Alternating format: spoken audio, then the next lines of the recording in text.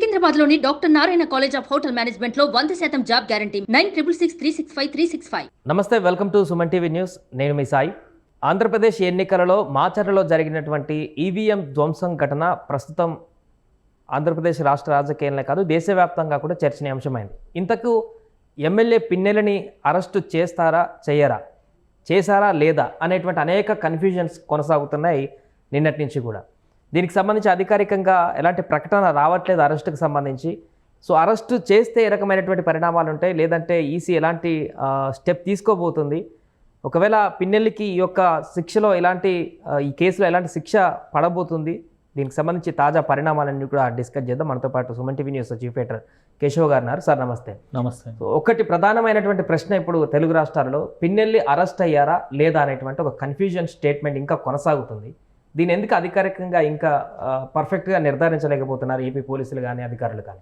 అంటే కొన్ని టెక్నికాలిటీస్ అందులో ఉండడం అనేది ప్రధానమైనటువంటి కారణం కావచ్చు. అయితే ఒకటి ఏంటంటే, ఎక్కువ శాతం వినిపిస్తున్నటువంటి మాట పిన్నెల్లి రామకృష్ణారెడ్డిని అదుపులోకి తీసుకున్నారు, ఆల్రెడీ పోలీస్ నియంత్రణలోనే ఉన్నారు అనేది ఒక సమాచారం. కానీ ఆసక్తికరమైనటువంటి మలుపు ఏంటంటే, తెలంగాణలో ముఖ్యంగా సంగారెడ్డి పోలీసులు ఎలాంటి అరెస్టులు జరగలేదు మా పరిధిలో అనేటువంటి విషయం చెప్పడం అనేది ఇప్పుడు ఆసక్తికరంగా మారింది. అంటే ఒకవేళ అరెస్ట్ అయి ఉంటే ఇన్ఫర్మేషన్ లోకల్ పోలీస్ ఖచ్చితంగా ఇన్ఫర్మేషన్ ఇచ్చి లిఫ్ట్ చేయాల్సినటువంటి పరిస్థితి ఉంటుంది. అటువంటి పరిస్థితి లేదు అనేటువంటి మాట లోకల్ పోలీస్ చెప్పినప్పుడు అరెస్ట్ కాలేదేమో అనేటువంటి సందేహం కూడా ఎక్కువ బలపడుతుంది. ప్లస్ ఆయన ఏదో విదేశాలకు వెళ్ళిపోవాలని ప్లానింగ్ చేసుకున్నారు, దానికి సంబంధించిన ఏర్పాట్లలో భాగంగానే హైదరాబాద్లో ఆయన ఉండగానే ఈ సమాచారం అందడం వల్లనే పోలీసులు కూడా ఇమీడియట్ యాక్షన్లోకి వచ్చినట్టుగా తెలుస్తుంది. కాబట్టి అరెస్ట్ అవ్వడానికి ఎక్కువ అవకాశాలు ఉన్నాయి. ప్లస్ రేపు కౌంటింగ్ దగ్గర పిన్నెల్లి రామకృష్ణారెడ్డి గారితో చాలా కీలకమైనటువంటి చర్యలు తీసుకునేటువంటి అవకాశం ఉంది. ఎందుకంటే అక్కడ కౌంటింగ్ ఏజెంట్లని, అక్కడ అబ్జర్వర్లని, ఎవరైతే అభ్యర్థి ఎండార్స్ చేయాలి, ప్లస్ కౌంటింగ్ సమయంలో అభ్యర్థి ఉండడం కూడా అవసరం. సో ఈ అంశాలను దృష్టిలో పెట్టుకొని లీగల్గా ఏదైనా సమస్యలు వస్తాయా అనేటువంటి ఆలోచనలతో పోలీసులు ఇప్పటివరకు నిర్ధారణ చేయలేదా, లేదంటే నిజంగానే ఆయన దొరకలేదా అనేటువంటి అనుమానం మాత్రం నడుస్తుంది.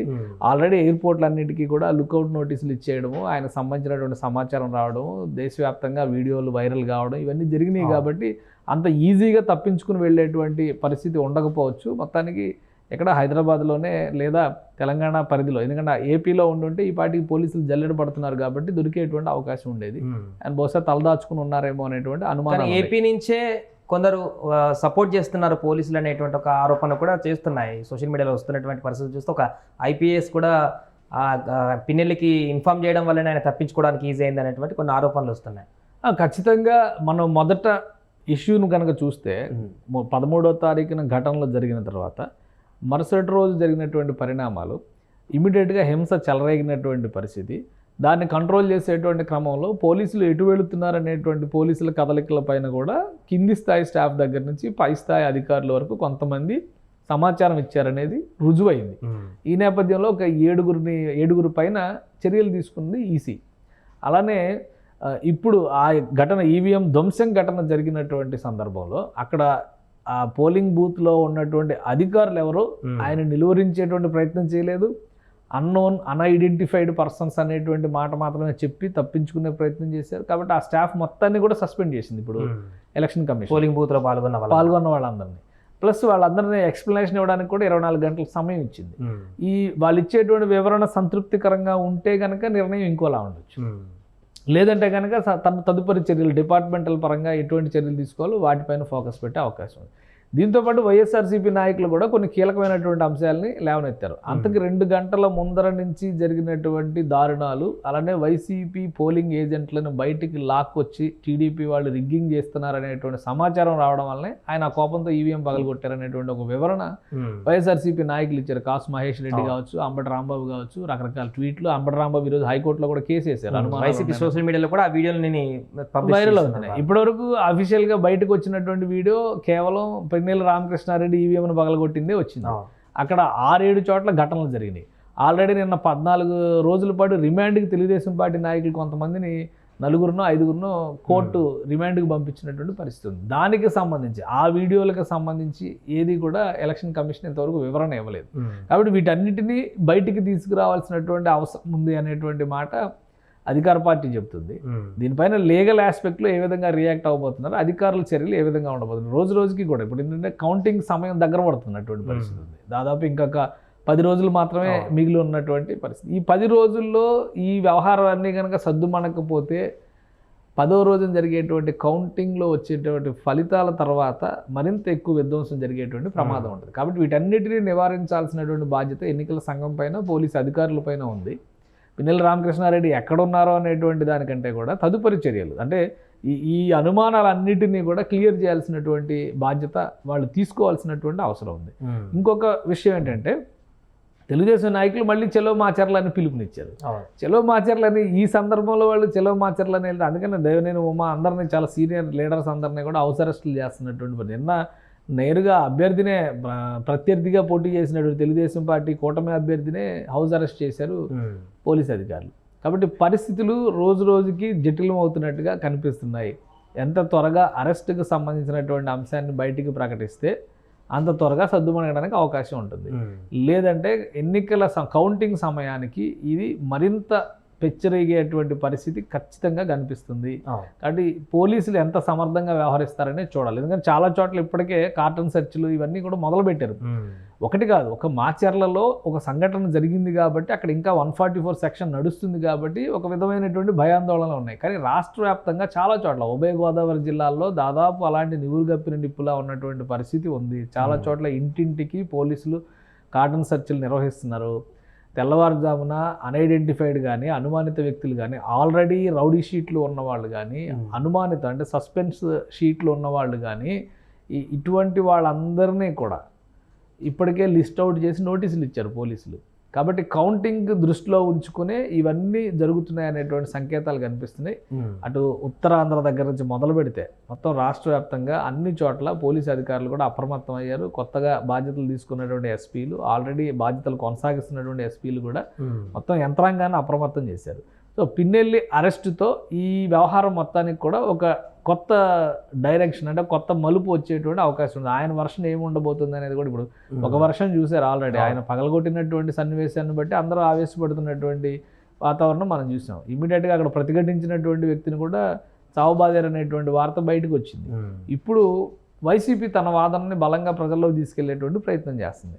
కాబట్టి దీనికి ఎలక్షన్ కమిషన్ నుంచి కూడా కొంత క్లారిటీ రావాల్సినటువంటి అవసరం ఉంది. ఈ క్లారిఫికేషన్స్ కూడా వస్తే ఈ ఇష్యూలో ఉన్నటువంటి సివియారిటీ కొంత తగ్గేటువంటి అవకాశం ఉంది. లేదంటే కనుక ఈ ఉద్రిక్తతలు మరింతగా పెరిగితే ఇబ్బందికరమైనటువంటి పరిస్థితులు ఎదుర్కొనేటువంటి ఈ కేసు విషయంలో పిన్నెల్లికి ఒకవేళ రుజువు అయిపోతే ఎంతవరకు శిక్ష పడేటువంటి అవకాశం ఉంది సివియారిటీలో? లేకుంటే మీరన్నప్పుడు వైసీపీ సోషల్ మీడియాలో ప్రచారం చేస్తున్నట్టుగా ముందుగా టీడీపీ వాళ్ళు రిగ్గింగ్ చేస్తారు, ఆ కోపంలో ఆయన పగలగొట్టాడనేటువంటి ఎక్స్ప్లెనేషన్ ఇస్తే ఈ కేసులో ఆ సివియారిటీ తగ్గుతుందా? శిక్ష ఎంతవరకు ఉండే? అంటే ఒక్క ఆత్మరక్షణ కోసం చేసేటువంటి హత్య నిరూపణ అయితే శిక్ష తగ్గడం అనేటువంటి ఆస్పెక్ట్ మన లీగల్ టెర్మినాలజీలో మనకు కనిపించవచ్చు. కానీ ఆవేశంతోనో ఇంకొకరు రెచ్చగొడితేనో లేదా ఇంకొకరి చోట జరిగింది కాబట్టి దాన్ని చూసి ఇన్స్పైర్ అయి చేశారంటేనో ఒప్పుకునేటువంటి పరిస్థితి కాదు.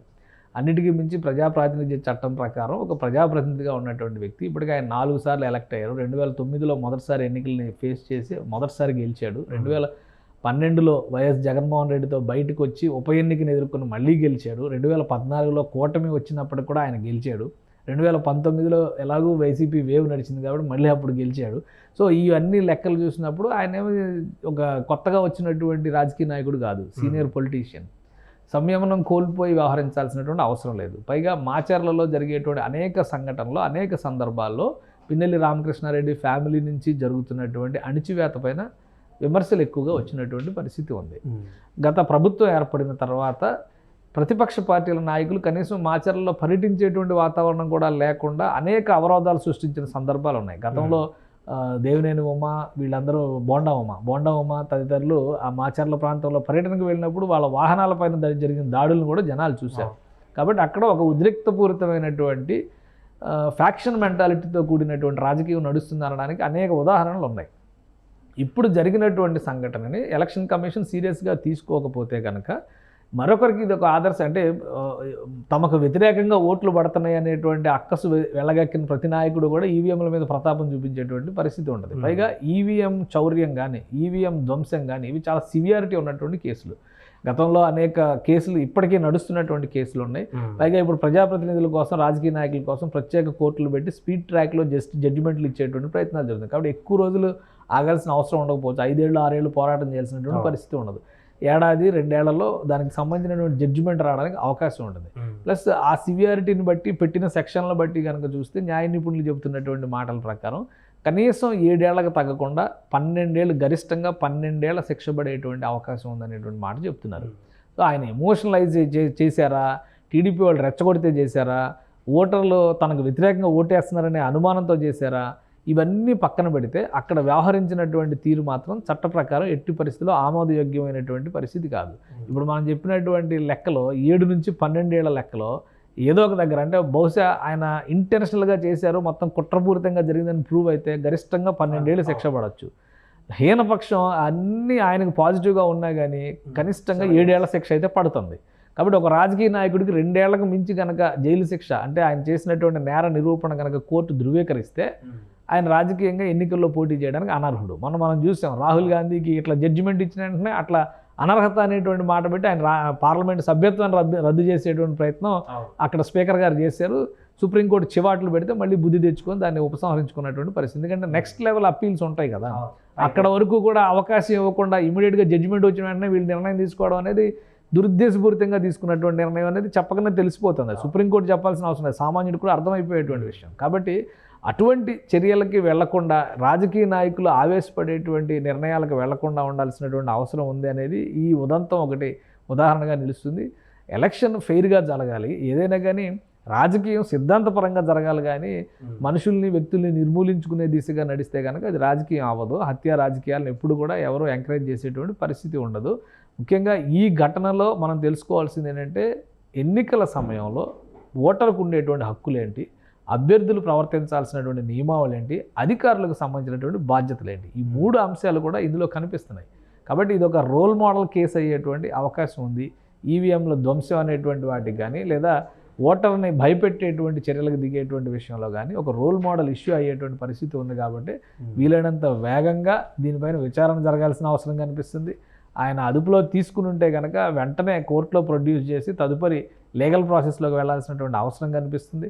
కౌంటింగ్ సమయంలో అభ్యర్థి అవసరం ఎంతవరకు ఉంటుంది, లేదా కౌంటింగ్ సమయంలో ఆయన ఒకవేళ కేసు ఎదుర్కొంటున్నా కానీ ప్రత్యేకంగా ఆయన మినహాయింపులు ఇచ్చి కౌంటింగ్ సమయంలో ఆయన పర్యవేక్షించడానికి అవకాశం తీసుకురావచ్చు. కాబట్టి అది ఎంత త్వరగా దొరికితే అంత మంచిది. బహుశా నేను అనుకోవడం, ఒకవేళ రామకృష్ణారెడ్డి పోలీసులు అదుపులో కనుక లేకపోతే లీగల్గా తనకు ఉన్నటువంటి పాసిబిలిటీస్ పైన అధ్యయనం చేస్తూ ఉండొచ్చు. ఎందుకంటే యాంటిసిపేటరీ బెయిల్ తీసుకోవడానికి ఛాన్స్ లేదన్నారు.